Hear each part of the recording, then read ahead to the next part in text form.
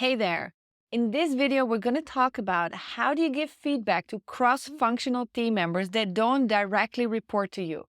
Many of us work in these multifunctional teams where people from all kinds of discipline work together to deliver a product or a project. It's a delicate balance to give this feedback in the right way.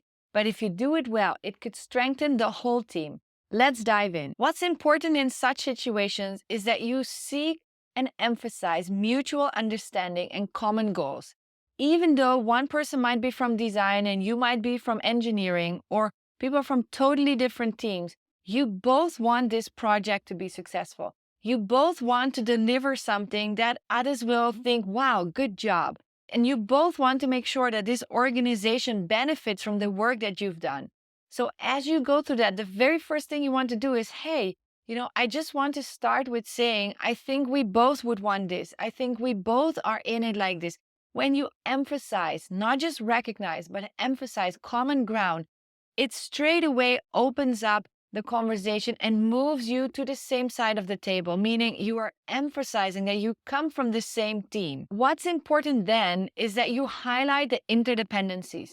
So instead of just giving feedback to somebody's role, you want to talk about what's the impact of that performance, what's the impact of their actions and behavior on your work.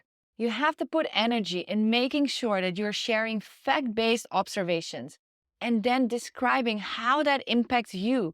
And that part is so critical because it builds understanding for how your activities work, how you function, what your job is like, and how that is impacted by external forces like their own. Then it's important that you offer support, that you make this a joint effort. And how can we do this better so that it works for you and it also works for me?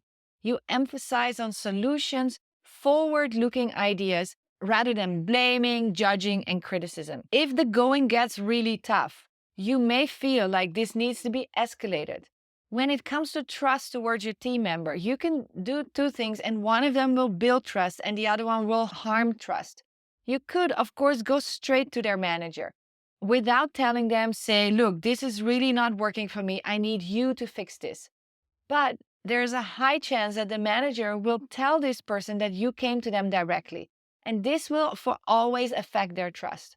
Or even if the manager doesn't name you as the person who came, just the fact that somebody came may already put you on the list of suspected colleagues. And again, that will harm your trust. Alternatively, you can say, look, I'm really struggling in this collaboration and I would love for us to figure this out. But if that's not possible, then I'm going to have a conversation with your manager, not to call you out or anything, but I'm going to need somebody to help me figure this out and navigate this well. That's not a threat. It's something that you explain that is going to be your next step, but you would wish that this is something you can figure out together. You can also say, and this I think is even better than any of these other options, is like, why don't we jointly go talk to your manager or any third party that can have a more independent, objective view on this situation, and we can navigate through this. Lastly, one other thing that you can do that is very powerful is the power of asking questions. I'm noticing this. How are you looking at that? How would you handle this if you'd be in my shoes? How would you think I'm supposed to do that? How am I supposed to move forward in this situation?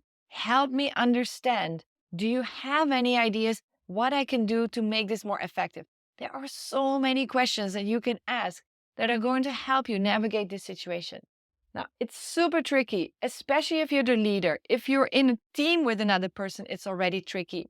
But if you are leading a team of people that are all reporting to different managers, it is so tricky because it would be so much helpful if you had some authority and some hierarchy to give them feedback and make them act upon that feedback. So when you don't have that, it all comes down to influencing skills, emphasizing collaboration, emphasizing common ground, and a way forward to the future. It's tricky, but it's not impossible. I'm sure that you're going to be able to figure out a way to help others perform better, whether they are reporting to you or whether they are just working with you and reporting to somebody else. Keep me posted and share some of your tips because I'd love to learn from you. I'm going to keep an eye on you because I know you're going to be able to do this. Be kind to yourself. It might take a few tries, but eventually you'll figure it out. Good luck. Just wanted to share something super helpful for you. I created a free cheat sheet full of scripts, words, sentences to use in the most tricky feedback situations, such as giving feedback to a new hire, giving feedback to your boss, or giving feedback to that team member who thinks they're such a great performer, but actually they have so much to work on. I've put the link in the notes below. Make sure you grab it right away because you want to keep this one at hand for whenever you face any of these tricky situations. If this video was helpful, please hit like or leave some love in the comments. It really helps us get this video in front of more incredible leaders like yourself. And if you haven't yet, make sure you subscribe. I wouldn't want you to miss any of the videos that I'm going to be sharing here in the future. Thank you so much for being here. Your support means the world.